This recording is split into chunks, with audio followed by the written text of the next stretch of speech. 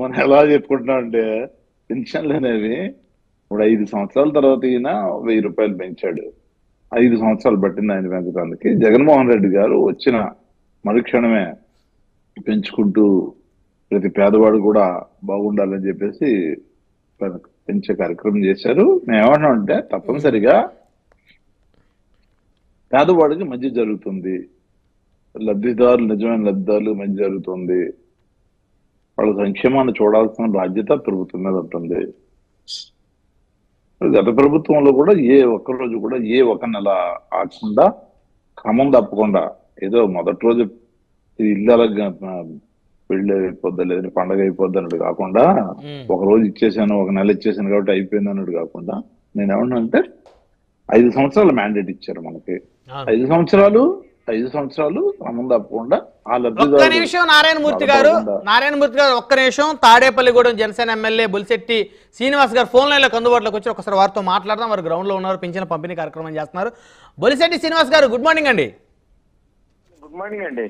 Sir, ఏంటి పింఛన్ల పంపిణీ కార్యక్రమం మొదలు పెట్టారు? ఈ రోజే 90% లబ్ధిదారులకి పింఛన్ల పంపిణీ చేయాలని చెప్పి సాక్షాత్తు ముఖ్యమంత్రి గారు, మంత్రులు, అదేవిధంగా ఎమ్మెల్యేలు అందరూ కూడా రంగంలోకి దిగినట్టు తెలుస్తూ ఉంది. సో ఇప్పటి వరకు ఎంతమందికి పంచిపెట్టారు సార్ మీ నియోజకవర్గంలో? అన్ని చోట్ల అన్ని గ్రామాల్లో అంటే ఇంకా కౌంట్ రాదండి. మనకి మధ్యాహ్నం 11 ఆ టైంకి ఎన్ని ఉన్నాయో మనకు తెలుస్తుంది. ఇప్పుడు వరకు అయితే అన్ని విలేజ్ల్లో అన్ని చోట్ల సిబ్బంది పంచుతూ ఉన్నారు. మరి ప్రజాప్రతినిధులు కూడా పార్టిసిపేట్ చేస్తూ ఉన్నారు. ఏదైతే ఎన్టీ రామారావు గారు 35 రూపాయలతో ఈ పింఛన్ స్టార్ట్ అయింది 1983 సంవత్సరం. ఈ రోజు దాన్ని 4000 తీసుకెళ్లిన ఘనత కూడా తెలుగుదేశం పార్టీ చంద్రబాబు నాయుడు గారికి, పవన్ కళ్యాణ్ గారికి దక్కుద్దనే విషయాన్ని తెలియజేస్తా ఉన్నాం. ఎవరిచ్చినా సరే, నేను ఆ రోజు కూడా చెప్పాను, ఇది ప్రభుత్వ ధనం, ప్రజలు కట్టే పన్నుల్ని ప్రజలకు అందజేసే బాధ్యతని పవన్ కళ్యాణ్ గారు, చంద్రబాబు నాయుడు గారు తీసుకున్నారు తప్ప ఈ డబ్బులో ఏది కూడా వీళ్ళు ఎవరిదే కాదనే విషయాన్ని ప్రజలకు తెలియజేసి మేము ఇస్తా ఉన్నాం సార్. ఎస్, ఇది నిజంగా అద్భుతమైనటువంటి పరిణామం. అంటే ప్రజలకు ఇచ్చేటప్పుడు వారి మీద ఏమన్నా పెత్తనం చలాయించే కార్యక్రమం ఏమీ లేదు. ప్రజల డబ్బునే ప్రజలకి సంక్షేమంగా ఖర్చు పెడుతున్నామని చెప్పి మరీ ఇస్తున్నారు. అంతేనండి. ఇదివరకు చంద్రబాబు నాయుడు గారు కూడా కొన్ని పేర్లు పెట్టడం, అలాగే ఈ జగన్మోహన్ రెడ్డి కూడా జగనన్న పింఛన్ అని చెప్పి రాసుకోవడం, ఇవన్నీ ఇంక ఉండవండి.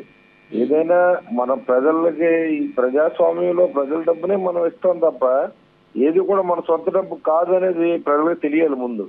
ఎందుకంటే పథకాలు అనేవి అందరూ ఏ నాయకులు వచ్చినా ఇది మాదని చెప్పుకోవడం, దానివల్ల మిగతావి కూడా దోపిడీ గురవుతుంది ఈ రాష్ట్రం.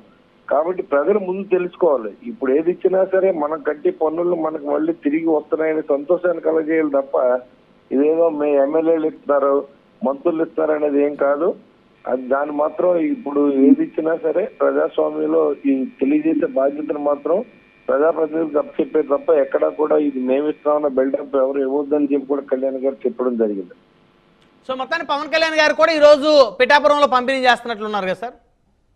ఆయన చేస్తున్నారు, మన నాదెండ్ల మనోహర్ గారు కూడా చేస్తారు, అదేవిధంగా చంద్రబాబు నాయుడు గారు చేస్తారు, తెలుగుదేశం పార్టీ ఎమ్మెల్యేలు చేస్తారు, జనసేన పార్టీ ఎమ్మెల్యేలు, బీజేపీ ఎమ్మెల్యేలు అందరూ కూడా ఫీల్డ్ లో ఉండమని ప్రజల దగ్గరికి వెళ్ళమని చెప్పడం జరిగింది. ఇవాళ ఎందుకంటే ఆర్థికంగా ఉన్న ఇబ్బందులు అందరికీ తెలుసు. మరి అది కూడా మన ప్రజలకు ఈ రోజు నుంచే మనం తెలియజేయాలి. మరి రాష్ట్రం ఎప్పుడు అప్పు చేసినా ఎలాంటి పరిస్థితుల్లో అప్పు చేయాలి, చేయకూడదు అనేది కూడా తెలుసుకోవాలి, ప్రజలకు తెలుసుకోవాలి. ఈ డబ్బు మనకి ఇవ్వడం వల్ల ప్రభుత్వం అప్పులు పాలవుతుంది. ఇది ఎక్కడ డబ్బులు ఇన్కమ్ సోర్సెస్ పుట్టిస్తా ఉన్నారు. ఎక్కడ ఏదైతే ఇవాళ బ్రహ్మనాయుడు గారు ఈ గత ప్రభుత్వంలో చేసినటువంటి అవకతవకలన్నీ ఆపుకుని ఇవన్నీ కూడా ప్రజా సంక్షేమం చేయొచ్చు అనే విషయాన్ని కూడా మీకు గుర్తు చేస్తాను. ఇదివరకు కూడా చెప్పాను నేను. ఇది ఏదైతే మీరు మీ అన్నయ్యలకి ఏదో 60 మంది సలహాదారులకి ఇచ్చే జీతాలు కానీ, మీరు ఈ సివిల్ సప్లైస్ కార్పొరేషన్ లో పెట్టి ఒక్కో 10,000 వ్యాన్లకి ఒక్కో దానికి 27,000 రూపాయలు చెల్లించి డబ్బులు కానీ, ఓ పక్కన డీలర్ కమిషన్ ఇస్తా ఉన్నారు, ఒక పక్కన 27,000 రూపాయలు ఒక్కో వెహికల్ కి పే చేస్తా ఉన్నారు. మరి ఇవన్నీ కూడా ఈ చెల్లింపులన్నీ కూడా ఆపి మరి ఇది అవసరమైనవి మాత్రమే ఖర్చు పెడితే సంక్షేమం చేయడానికి ఎలాంటి ఇబ్బంది ఉండదనే ఆలోచన మాత్రం మేమంతా ఆలోచన చేస్తా ఉన్నాం. ఎందుకంటే మనం ఎదురు విమర్శించినప్పుడు మనం ఆ బంధాలు వెళ్ళకూడదనేది దాన్ని ఆలోచన. మేము దాని మీద డిస్కస్ చేస్తూ ఉన్నాం. ఖచ్చితంగా మనం అప్పులు చేసి ఈ రాష్ట్రాన్ని ఇంకా అప్పులు ఊబిలోకి నెట్టకూడదు అనేది మాత్రం ఈ ఉమ్మడి ప్రభుత్వం ఆలోచిస్తోంది, కూటమి ప్రభుత్వం ఆలోచిస్తుంది అనే విషయాన్ని కూడా ప్రజలు తెలియజేస్తోంది. అంటే అభివృద్ధి చేసి అభివృద్ధి ద్వారా వచ్చినటువంటి ఆదాయాన్ని సంక్షేమానికి ఖర్చు పెట్టడమే కూటమి ప్రభుత్వం యొక్క ప్రధానమైనటువంటి అజెండా అంటారు.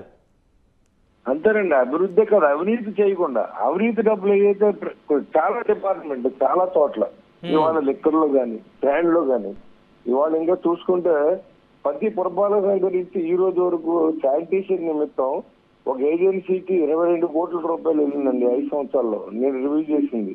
అంటే ఈ 100 మున్సిపాలిటీల్లో ఎన్ని కోట్లు వెళ్ళిందో మీరు చూడండి.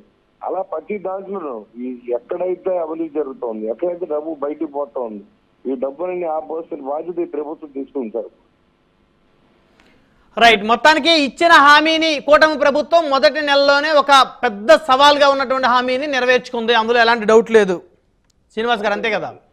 ల్యాండ్ టైటిల్ యాక్ట్ కానీ ఏదైతే మీకు మాట ఇచ్చామో దాన్ని నిలబెట్టుకునే దిశగానే కూటమి ప్రభుత్వం అడుగులు వేస్తూ ఉంది. రైట్. ధన్యవాదాలు బొలిశెట్టి శ్రీనివాస్ గారు ఫోన్ లైన్లో మాకు అందుబాటులోకి వచ్చినందుకు. రైట్. నారాయణమూర్తి గారు.